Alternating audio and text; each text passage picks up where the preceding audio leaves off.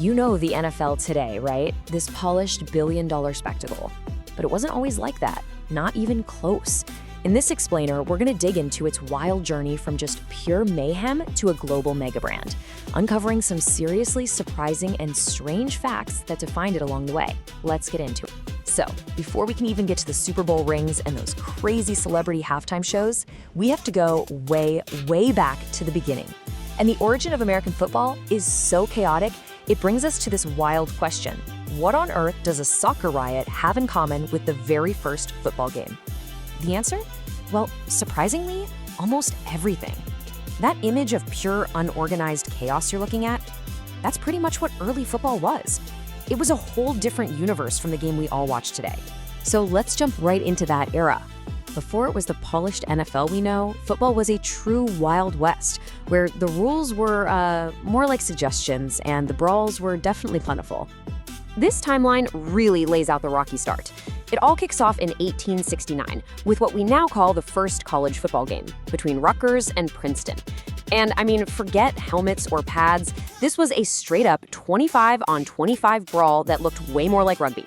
It took over 50 years. Think about that. Half a century until 1920 for a pro league to even form, the APFA. But that name, yeah, that wasn't gonna last.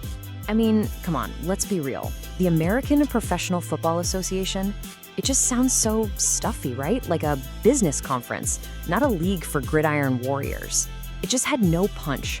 So in 1922, they made a brilliant marketing move and rebranded to the National Football League. And with that, the legend was born. But hey, a cool new name means nothing if you don't have legendary players to back it up, right? This brings us to the real heavy hitters, the gridiron gods, and the perfect teams who started forging the NFL's whole identity. And you have to start with the original superstar, Jim Thorpe. This guy, he was something else. He was an Olympic gold medalist in track and field who then just decided to join the NFL and completely dominate. He could do it all. Run, throw, kick, tackle. He wasn't just a player. He was basically a one-man wrecking crew. Okay, next up, I've just got one number for you, 30. Just 30. So what in the world could this number mean in the NFL? Well, that is how many players from a single team, the Chicago Bears, are in the Pro Football Hall of Fame. That's more than any other franchise in the entire league. The Bears aren't just a team, they're basically a living, breathing museum of football gods. And speaking of legends, you absolutely cannot talk about NFL history without mentioning the 1972 Miami Dolphins. They did the impossible, a perfect 17-0 season. And to this day, the surviving members have this amazing tradition. Every year, they wait until the very last undefeated team of the current season finally loses, and then they pop champagne to celebrate. A little petty? Maybe. Iconic? You bet. Now, the peak of that perfect Dolphins season was winning the championship. And today, of course, the NFL championship is the Super Bowl, this massive global spectacle. But man, it took decades for it to become the cultural takeover it is now. It's honestly hard to imagine this, but before 1967, there was no Super Bowl. For almost 50 years, the championship was just a game. It ended with a handshake. That's it. No million-dollar halftime show, no fireworks, no celebrity concerts, just football. Okay, so you're picturing that quiet handshake, right? Now, look at this number, 114.4 million. The jump from a simple game to a media juggernaut it's almost impossible to wrap your head around. That's how many people tuned in for Super Bowl 49. It became the single most watched broadcast in US TV history. To put that into perspective for you, that's more people than watched the moon landing. The championship didn't just grow, it basically became a national holiday.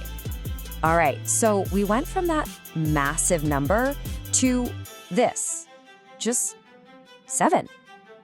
Seems kind of small, right? So what makes the number 7 so legendary in the modern NFL? Well, it's all about this guy, Tom Brady. He has 7, count 'em, 7 Super Bowl rings. Now just let that sink in for a second. One guy has more championships than any single franchise in the entire league. He's not just a quarterback, he's a walking dynasty all by himself. All right, for our last section here, let's get into the weird stuff. The strange but true facts that make the NFL so fascinating. Okay, let's talk about the Green Bay Packers. In a league filled with billionaire owners, these guys are a total outlier. Why? Because the team is owned by the fans. That's right, regular people can buy shares and own a literal piece of football history. It's not just a team, it's a genuine community treasure. And here's a quick, fun one for you. While most games today drag on past the 3-hour mark with all the commercials and reviews, the shortest NFL game ever played was over and done in just 2 hours and 29 minutes. Seriously, I've had meetings that lasted longer than that. And that kind of brings us full circle, doesn't it? We started this whole journey on a muddy, chaotic field in 1869, with a sport so disorganized it barely had a name.